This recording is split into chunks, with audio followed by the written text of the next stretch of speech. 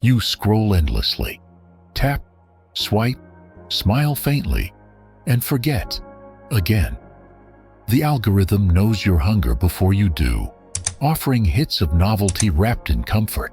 And somewhere, beneath this hum of stimulation, your silence is starving. Aldous Huxley once warned of a world not conquered by tyranny, but smothered by pleasure. Not where books are burned, but where no one cares to read. Not where information is hidden, but where it is drowned in a sea of irrelevance. He didn't warn us of suffering. He warned us of sedation. And we laughed because the chains were soft, the cages invisible, and the captors wore friendly faces. You might believe you're free.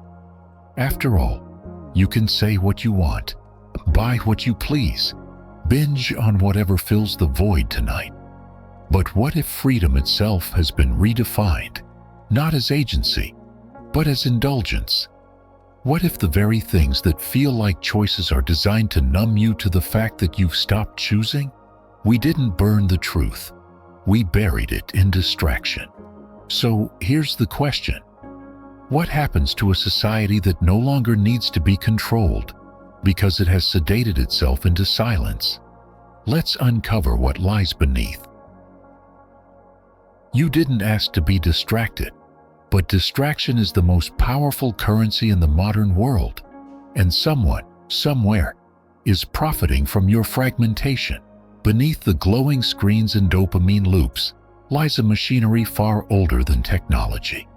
The brain's deep craving for novelty, validation, and ease. Evolution taught us to seek comfort and avoid discomfort.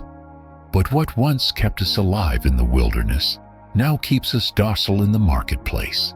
Every ping, every scroll, every flash of color is tailored to hijack the primal parts of your mind. But there's more. Social systems too have adapted, not to enlighten you, but to pacify you. Education entertains, news dramatizes, politics polarizes. It's not about awakening minds, it's about managing attention. Bread and circuses, Huxley feared, would become apps and influencers. And here's the unsettling truth. It's not a conspiracy. It doesn't have to be. The machine doesn't need malice. It runs on inertia, on algorithms optimizing for engagement, not meaning, on cultures rewarding conformity over consciousness. So you keep watching, you keep scrolling, not because you're weak, but because the system is strong and invisible. And yet, what's invisible can be seen once you choose to look. And when you see it, you can't unsee it. Let's look at what it's costing you. You might not feel the loss immediately. That's how slow poison works. It numbs before it kills. At first, it's just harder to concentrate. Reading feels like a chore. Silence becomes uncomfortable. Depth begins to suffocate. The mind, once capable of stillness and inquiry, now flinches at boredom like it's pain. And without realizing it, you trade your attention, your most sacred currency, for convenience. But the ripple spreads wider, relationships thin, held together by emojis and half-hearted replies. Politics turns to theater where shouting replaces thinking. Spirituality becomes spectacle. Art becomes algorithmic. Education becomes entertainment. And meaning drowns in the noise. What Huxley feared wasn't censorship. It was irrelevance.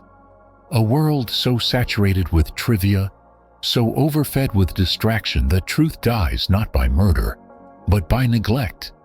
Not with a scream, but with a shrug. And here's the cost no one wants to admit. When your capacity for deep thought erodes, so does your capacity for deep feeling. Without depth, love becomes performance, purpose becomes brand, and life becomes content. You might ask, is this just how it is now? Is there even a way back? Yes, but the path doesn't lie ahead. It lies within. Let's change the lens. What if the antidote to distraction isn't retreat, but rebellion. Not rebellion through noise, but through silence, through presence, through choosing depth in a world addicted to surface. Aldous Huxley didn't just warn us. He gave us a mirror, and in that mirror, you might see something startling. You were never powerless. You were simply anesthetized. But the moment you notice the anesthetic, the spell begins to break. Here's the shift. Instead of asking, "How do I escape this world?" ask, "How do I become immune to its illusions?" Instead of chasing the next fix, what happens when you sit with discomfort until it becomes clarity? Some did. The Stoics, the mystics, the artists who refused mass production of the soul. They practiced the opposite of sedation. They practiced awareness. They lived not louder but truer. This isn't about deleting apps or running to the mountains. It's about reclaiming the inner space that distraction has colonized. It's about recognizing that your attention is your power, and what you give it to becomes your life. So now ask yourself, what would happen if you turned your gaze inward long enough to remember who you are beneath the noise? Let's make it real. The world isn't going to slow down. The noise won't turn itself off. But you can remember how to hear your own mind again. Mastering this transformation begins with a single radical act: withholding your attention, not as escape, but as intention. Each time you choose presence over performance, silence over stimulation, creation over consumption, you fracture the system from within. Try this. Sit with a book and no phone. Let your thoughts stretch without needing to post them. Take a walk without earbuds. Let boredom speak, not as emptiness, but as invitation. The discomfort you feel, that's the detox. That's your mind relearning stillness. You don't need to wage war against the world Huxley described. You just need to stop surrendering to it. Awareness is resistance. Clarity is rebellion. And depth, real depth, is your quiet revolution. So ask yourself not, "How do I fight this system?" but "How do I refuse to feed it with my time, my mind, my soul?" The truth was never gone. It was only buried beneath noise. Now you've heard the warning. And unlike before, you didn't laugh. You listened. And now the question becomes, what will you do with what you've seen?